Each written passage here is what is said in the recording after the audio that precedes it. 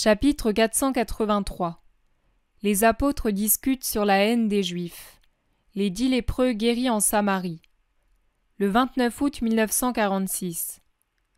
Ils sont toujours dans les montagnes, des montagnes fort escarpées. Ils ont emprunté de petits chemins où des chars ne sauraient passer, mais seulement des voyageurs à pied ou des gens montés sur ces ânes vigoureux de la montagne, plus grands et plus robustes que ceux que l'on rencontre habituellement dans les régions moins accidentées. C'est une observation qui paraîtra inutile à certains, mais que je fais quand même. En Samarie, il y a bien des usages différents de ceux d'ailleurs, par exemple en fait de vêtements. Parmi ces usages, je suis frappé par la quantité de chiens qui seraient insolites ailleurs, comme je l'avais été par la présence des porcs dans la Décapole. La raison en est peut-être que la Samarie compte beaucoup de bergers et doit avoir beaucoup de loups dans ces montagnes si sauvages. D'autre part, en Samarie, je vois le plus souvent les bergers seuls, ou tout au plus avec un enfant, faisant paître leurs propres troupeaux, alors qu'ailleurs ils gardent la plupart du temps à plusieurs les gros troupeaux de quelques riches. Le fait est qu'ici, chaque berger a son chien, sinon même plusieurs, selon le nombre de brebis de son troupeau. Une autre caractéristique est précisément ces ânes presque aussi grands qu'un cheval, robustes, capables d'escalader ces montagnes avec un lourd chargement sur le bas, même de grosses bûches qu'ils trouvent sur ces magnifiques montagnes couvertes de forêts séculaires. Autre particularité, les manières dégagées des habitants qui, sans être des pécheurs comme les juges les Judéens et les Galiléens, sont ouverts, francs, sans bigoterie, sans toutes ces histoires que font les autres, et hospitaliers. Cette constatation me fait penser que dans la parabole du bon Samaritain, il n'y a pas eu seulement l'intention de faire ressortir le bon et le mauvais qui existent partout, dans tous les lieux et dans toutes les races, même chez les hérétiques, certains peuvent avoir le cœur droit, mais aussi de souligner la compassion habituelle des Samaritains envers eux qui ont besoin d'être secourus. Ils se sont arrêtés au Pentateuque, je ne les entends parler que de cela, mais ils le pratiquent, du moins envers leurs prochains, avec plus de droiture que les autres avec leurs 613 articles de préceptes, etc. Les apôtres parlent avec le Maître, et bien qu'ils soient incorrigiblement israélites, ils doivent reconnaître et louer l'esprit qu'ils ont trouvé chez les habitants de Sichem, qui, je le comprends aux conversations que j'entends, ont invité Jésus à séjourner chez eux. « Tu as entendu, hein » dit Pierre. « Comme ils ont dit clairement qu'ils connaissent la haine des Juifs, ils ont dit « Ils te détestent encore plus que nous autres, Samaritains, pour tout ce que nous sommes et avons été. Leur haine à ton égard est sans bornes. » Et ce vieillard, comme il a bien parlé, c'est juste au fond qu'il en soit ainsi, parce que tu n'es pas un homme, mais tu es le Christ, le Sauveur du monde, donc tu es le Fils de Dieu, car seul un Dieu peut sauver le monde corrompu. Par conséquent, étant sans limite comme Dieu, sans limite de puissance, de sainteté et d'amour, comme sera sans limite ta victoire sur le mal, il est naturel que le mal et la haine, qui ne fait qu'un avec le mal, soient sans limite contre toi. Il a vraiment bien parlé, et cette raison explique tant de choses, dit Simon le Zélote. Qu'est-ce que ça explique selon toi ? Moi, je dis qu'elle explique seulement que ces Juifs sont des sots, dit Thomas expéditif. Non, la sottise serait encore une excuse, mais ce n'est pas le cas. Alors ils sont ivres, ivres de haine, réplique Thomas. Pas même, l'ivresse cède après s'être déchaînée.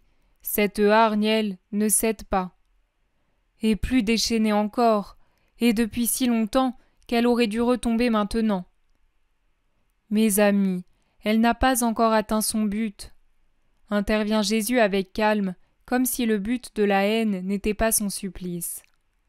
Non, mais ils ne nous laisseront donc jamais en paix. Maître, les autres ne sont toujours pas convaincus que j'ai dit la vérité, mais je l'ai dite. Oh oui, je l'ai dite, et j'ajoute que si cela avait dépendu de vous, vous seriez tous tombés dans le piège comme Jean-Baptiste. Mais ils ne réussiront pas, car je veille. Lance Judas. Jésus le regarde, et je le regarde moi aussi, me demandant comme je le fais depuis quelques jours, si la conduite de Judas est due à un bon et réel retour sur le chemin du bien et de l'amour pour son maître, une libération des forces humaines et surnaturelles qui le possédaient, ou si c'est un travail plus raffiné de préparation au coup final, un asservissement plus grand aux ennemis du Christ et à Satan. Mais Judas est un être tellement spécial qu'il est impossible de le déchiffrer. Seul Dieu peut le comprendre, et Dieu Jésus laisse tomber un voile de miséricorde et de prudence sur tous les actes et sur la personnalité de son apôtre. Un voile qui, en se déchirant, éclairera parfaitement beaucoup de questions encore mystérieuses quand seront ouverts les livres des cieux. Les apôtres sont tellement préoccupés par l'idée que la haine des ennemis n'a pas encore atteint son but qu'un instant, ils gardent le silence. Puis Thomas s'adresse encore à Simon le Zélote. « Et alors, s'ils ne sont ni ivres ni sots, si leur haine explique tant de choses sans expliquer celle-ci, qu'explique-t-elle alors? Que sont-ils? Tu n'en as rien dit. » Que sont-ils? Des possédés. Ils sont ce qu'ils disent de lui. C'est la raison de leur acharnement qui ne connaît pas de trêve, mais croit au contraire à mesure que se manifeste sa puissance. Il a bien parlé, ce Samaritain.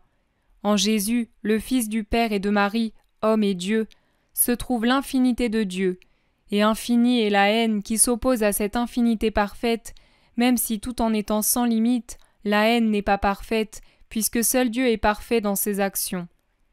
Mais si la haine pouvait atteindre l'abîme de la perfection, elle descendrait, se précipiterait même pour l'atteindre, pour rebondir ensuite, par la violence même de sa chute dans l'abîme infernal, contre le Christ, afin de le blesser avec toutes les armes arrachées à l'abîme infernal.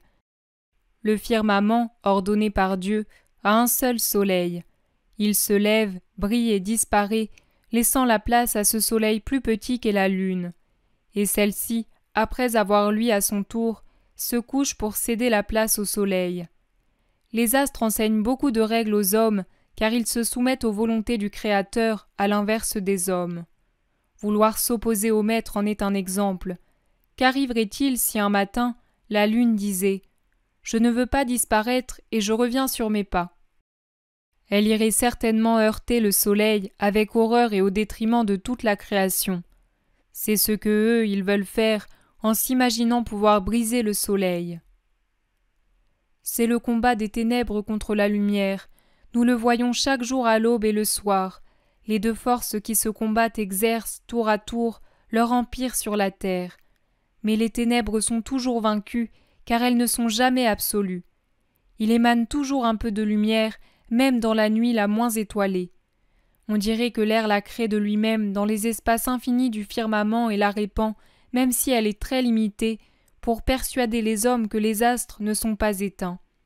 Et j'affirme que de la même manière, dans ces ténèbres particuliers du mal contre la lumière qu'est Jésus, cette dernière sera toujours là malgré tous les efforts des ténèbres, pour réconforter ceux qui croient en elle. Dit Jean en souriant à sa pensée, tout recueilli en lui-même comme s'il monologuait. Son idée est reprise par Jacques, fils d'Alphée. Dans les livres, le Christ est appelé étoile du matin.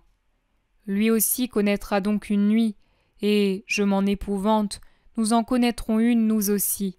Un moment où la lumière semblera avoir perdu de sa force et où les ténèbres paraîtront victorieuses. Mais puisqu'il est appelé étoile du matin, d'une manière qui exclut toute limite dans le temps, j'affirme qu'après cette nuit momentanée, le Christ sera la lumière matinale, pure, fraîche, virginale, qui renouvellera le monde, pareille à celle qui a succédé au chaos le premier jour. Oh oui, le monde sera recréé dans sa lumière. Et la malédiction sera sur les réprouvés qui auront voulu lever la main pour frapper la lumière, en répétant les erreurs déjà faites depuis Lucifer jusqu'au profanateur du peuple saint. Jéhovah laisse l'homme libre de ses actions, mais par amour pour l'homme lui-même, il ne permettra pas que l'enfer prévale. Achève Jude, fils d'Alphée. Heureusement qu'après un si long assoupissement des âmes, qui semblait les rendre obtuses et les engloutir comme sous l'effet d'une vieillesse précoce, la sagesse refleurit sur nos lèvres. Nous ne semblions plus être nous-mêmes. Maintenant je retrouve Simon le Zélote et Jean, et les deux frères d'autrefois. Dit Judas en se félicitant. Je n'ai pas l'impression que nous ayons changé au point de ne plus paraître nous-mêmes, dit Pierre. Mais si, nous avons tous changé, toi le premier, puis Simon et les autres, moi compris. S'il y a quelqu'un qui est resté à peu près celui qu'il a toujours été, c'est Jean. Je ne vois vraiment pas en quoi. En quoi? Nous sommes taciturnes, comme las, indifférents, pensifs.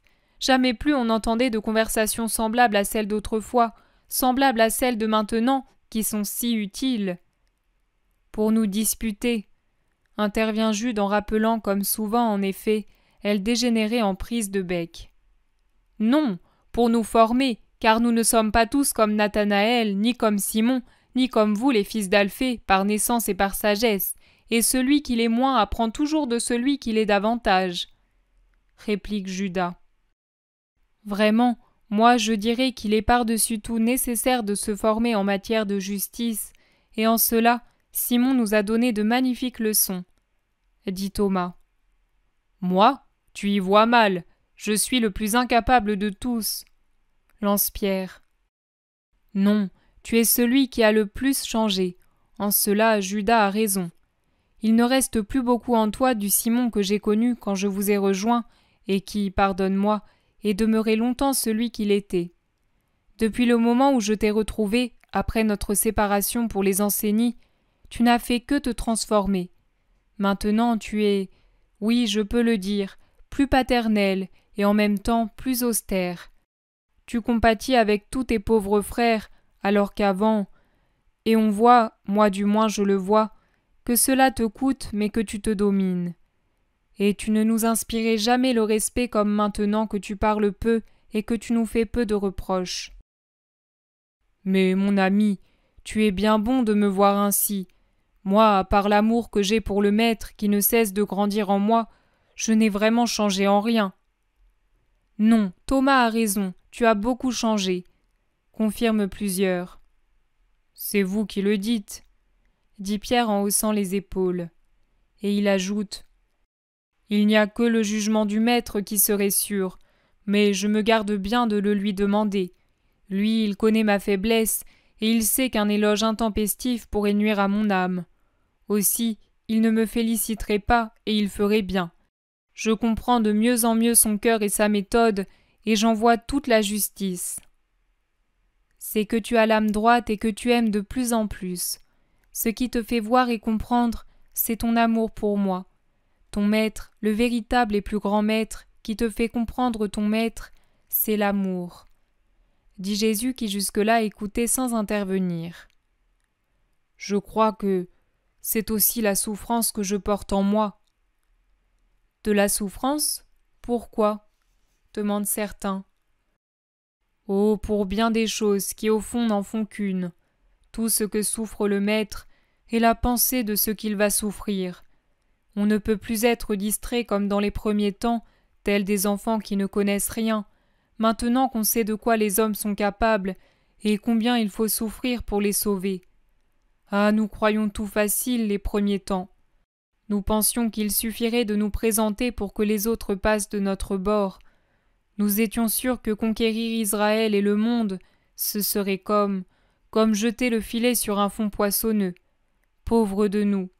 Je suppose que si lui, il ne parvient pas à faire une bonne pêche, nous ne ferons rien. Mais ce n'est pas tout, et de loin. Je pense qu'ils sont mauvais et le font souffrir, et je crois que c'est là le motif de notre changement en général. C'est vrai, pour mon compte c'est exact, confirme Simon le Zélote. Pour moi aussi, disent les autres. Et Judas avoue. Moi, il y a bien longtemps que j'étais inquiet de cela, et j'ai cherché à trouver des aides valables, mais ils m'ont trahi. Vous ne m'avez pas compris, et moi, je ne vous ai pas compris. Je croyais que vous étiez comme vous êtes par lassitude spirituelle, par découragement, par déception. Moi, je n'ai jamais espéré des joies humaines, et par conséquent je ne suis pas déçu, conteste Simon le Zélote. Mon frère et moi, nous voudrions qu'il soit victorieux, mais pour sa joie. Nous l'avons suivi par amour de parents avant de le faire comme disciple. Nous l'avons toujours suivi depuis l'enfance, lui le plus jeune de nous, ses frères, mais toujours tellement plus grand que nous, dit Jacques avec son habituelle admiration sans bornes pour son Jésus. Si nous avons une souffrance, c'est que nous tous qui sommes de sa parenté, nous ne l'aimons pas en esprit et avec notre seul esprit. Mais nous ne sommes pas les seuls en Israël à l'aimer mal. » dit Jude. Judas le regarde. Il est sur le point de parler, quand un cri l'en empêche, venant d'un monticule dominant le hameau qu'il longe, en cherchant la voie d'accès. « Jésus! Rabbi Jésus! Fils de David et notre Seigneur! Aie pitié de nous! » « Des lépreux! Partons, maître, sinon le village va accourir et nous retenir dans ses maisons !» conseillent les apôtres. Mais les lépreux ont l'avantage d'être en avance sur eux, montés sur le chemin, mais à 50 mètres au moins du village. Ils descendent en boitant et courent vers Jésus en répétant leurs cris. « Entrons dans le village, maître, ils ne peuvent pas y aller !» conseillent certains apôtres, mais d'autres disent « Déjà, des femmes viennent regarder. Si nous entrons, nous éviterons les lépreux, mais pas ceux qui nous auront reconnus et voudront nous garder. » Et pendant qu'ils se demandent que faire, les lépreux s'approchent de plus en plus de Jésus, qui, sans souci des mets et des si des apôtres, poursuit son chemin. Les apôtres se résignent à le suivre, tandis que des femmes, accompagnées d'enfants accrochés à leurs jupons, et quelques vieillards restés dans le village, viennent voir, en se tenant à une distance prudente des lépreux. Ceux-ci s'arrêtent à quelques mètres de Jésus et supplient encore. « Jésus, aie pitié de nous !» Jésus les regarde un instant, puis sans s'approcher de ce groupe de douleurs, il demande « Êtes-vous de ce village ?»« Non, maître, de différents endroits.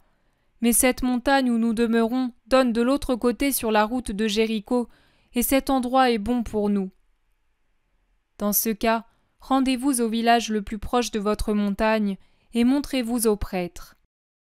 Et Jésus reprend sa marche en se déplaçant sur le bord du chemin pour ne pas effleurer les lépreux qui le regardent partir sans avoir obtenu autre chose qu'une lueur d'espoir dans leurs pauvres yeux malades. Arrivé à leur hauteur, Jésus lève la main pour les bénir. Les villageois, déçus, rentrent chez eux. Les lépreux grimpent de nouveau sur la montagne pour aller vers leur grotte ou vers la route de Jéricho. « Tu as bien fait de ne pas les guérir. Les habitants ne nous auraient plus laissé partir. »« Oui, et il faudrait arriver à Éphraïm avant la nuit. » Jésus marche en silence. La route est très sinueuse, car elle suit les caprices de la montagne au pied de laquelle elle est taillée, et le village est désormais caché à la vue par les tournants. Mais une voix les rejoint. « Louange au Dieu très haut et à son vrai Messie! En lui se trouve toute puissance, sagesse et pitié.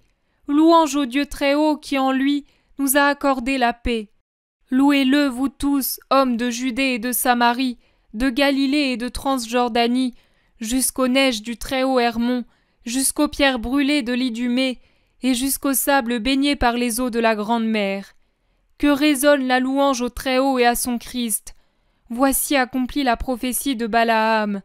L'étoile de Jacob resplendit sur le ciel rétabli de la patrie réunie par le vrai berger.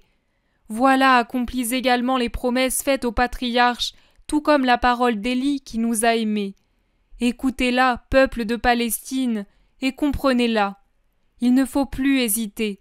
On doit choisir la lumière spirituelle, et si l'âme est droite, elle fera un bon choix. C'est le Seigneur, suivez-le. Ah, jusqu'à présent nous avons été punis, parce que nous ne nous sommes pas efforcés de comprendre. L'homme de Dieu a maudit le faux autel en prophétisant. Voici que va naître de la maison de David un fils appelé Josias qui immolera sur l'autel et consumera les ossements d'Adam. Alors l'autel se fendra jusqu'aux entrailles de la terre, et les cendres de l'immolation se répandront du nord au midi, de l'orient à l'occident. Ne faites pas comme ce sot d'Ocosias qui envoyait consulter le dieu d'Écron, alors que le Très-Haut était en Israël. Ne soyez pas inférieurs à l'ânesse de Balaam, dont le respect pour l'esprit de lumière lui aurait mérité de vivre, alors que le prophète, qui ne voyait pas, serait tombé sous les coups. Voici la lumière qui passe parmi nous. Ouvrez les yeux, ô aveugles spirituels, et voyez. L'un des lépreux les suit de plus en plus près, même sur la grande route qu'ils ont fini par atteindre, en désignant Jésus aux pèlerins. Les apôtres, agacés, se retournent 2 ou 3 fois en intimant aux lépreux parfaitement guéris de se taire, et la dernière fois, ils vont jusqu'à le menacer. Mais lui, cessant un instant de s'égosiller pour s'adresser à tous, répond « Et que voulez-vous? Que je ne proclame pas le prodige que Dieu a fait pour moi? Voulez-vous que je ne le bénisse pas? » « Bénis-le dans ton cœur et tais-toi, » lui répond-il fâché. « Non, je ne puis me taire, c'est Dieu qui met ces mots sur mes lèvres. » Et il reprend à haute voix. « Habitants des 2 côtés de la frontière, et vous qui passez par hasard, arrêtez-vous pour adorer celui qui régnera au nom du Seigneur. Je me moquais de toutes ces paroles, mais maintenant je les répète, car je les vois accomplies. Voici que toutes les nations s'ébranlent et s'avancent dans l'allégresse vers le Seigneur par les chemins des mers et des déserts, par les collines et les monts. Et nous aussi, le peuple qui a cheminé dans les ténèbres, nous allons marcher vers la grande lumière qui a surgi, vers la vie, et sortir de la région de la mort. De loup, léopard ou lion que nous étions, nous allons renaître dans l'esprit du Seigneur, et nous nous aimerons en lui, à l'ombre du rejeton de Jessé, devenu un cèdre sous lequel campent les nations rassemblées par lui des 4 coins de la terre. Voici venir le jour où la jalousie d'Éphraïm prendra fin, parce qu'il n'y a plus Israël et Juda, mais un seul royaume, celui du Christ du Seigneur. Voilà, je chante les louanges du Seigneur qui m'a sauvé et consolé. Je vous le dis, louez-le et venez boire le salut à la source du Sauveur. Hosanna, Hosanna au prodige qu'il accomplit. Hosanna au Très-Haut qui a placé au milieu des hommes son esprit en le revêtant de chair pour qu'il devienne le Rédempteur. Il est intarissable. La foule augmente, les gens se groupent, encombrant la route. Ceux qui étaient en arrière accourent, ceux qui étaient en avant rebroussent chemin. Les habitants d'un petit village, près duquel il se trouve maintenant, s'unissent aux passants. « Mais fais-le taire, Seigneur, c'est un Samaritain, les gens le disent. Il ne doit pas parler de toi si tu ne permets même pas que nous te précédions en t'annonçant. » disent les apôtres contrariés. Mes amis, je vous répète les paroles de Moïse à Josué, fils de Num, qui se plaignait de ce que Eldad et Médad prophétisaient dans les campements. Serais-tu jaloux pour moi à ma place? Ah, puisse le peuple tout entier prophétiser ainsi, puisse le Seigneur donner à tous son esprit. Mais je vais m'arrêter et je vais le renvoyer pour vous faire plaisir. Il se retourne, s'arrête et appelle le lépreux guéri, qui accourt et se prosterne devant Jésus en baisant la poussière. « Lève-toi. Et les autres, où sont-ils? N'étiez-vous pas 10? Les 9 autres n'ont pas éprouvé le besoin de remercier le Seigneur. Et quoi? Sur 10 lépreux dont un seul était samaritain, il ne s'est trouvé que cet étranger pour éprouver le besoin de revenir rendre gloire à Dieu avant de retourner lui-même à la vie et à sa famille? Et on l'appelle samaritain. Les Samaritains ne sont-ils donc plus ivres puisqu'ils voient sans avoir la berlue et accourent sans chanceler sur le chemin du salut? La parole s'exprime-t-elle donc dans une langue étrangère si elle est comprise par les étrangers et pas par son peuple? Il tourne ses yeux magnifiques sur une assistance originaire de toute la Palestine. Son regard a un éclat insoutenable. Plusieurs baissent la tête et éperonnent leur monture ou s'éloignent à pied. Jésus baisse les yeux sur le Samaritain agenouillé à ses pieds, et son regard se fait très doux. Il lève la main en un geste de bénédiction et dit « Lève-toi et pars. Ta foi a sauvé en toi quelque chose de plus que ta chair. Avance dans la lumière de Dieu. Va. » L'homme baisse de nouveau la poussière, et avant de se lever, il demande « Un nom, Seigneur, donne-moi un nom nouveau, puisque tout est neuf en moi, et pour toujours. » Dans quelle terre nous trouvons-nous? Dans le pays d'Éphraïm. Alors tu t'appelleras désormais Éphrem, parce que c'est 2 fois que la vie t'a donné la vie. Va. L'homme se lève et s'éloigne. Les gens de l'endroit et quelques pèlerins voudraient bien retenir Jésus, mais lui les subjugue par son regard qui n'est pas sévère, mais très doux au contraire. Il doit néanmoins dégager une puissance certaine, car personne ne fait un geste pour le retenir.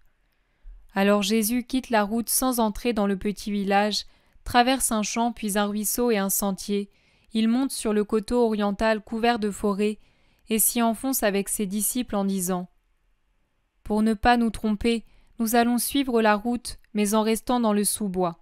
Après ce tournant, la route s'appuie à cette montagne.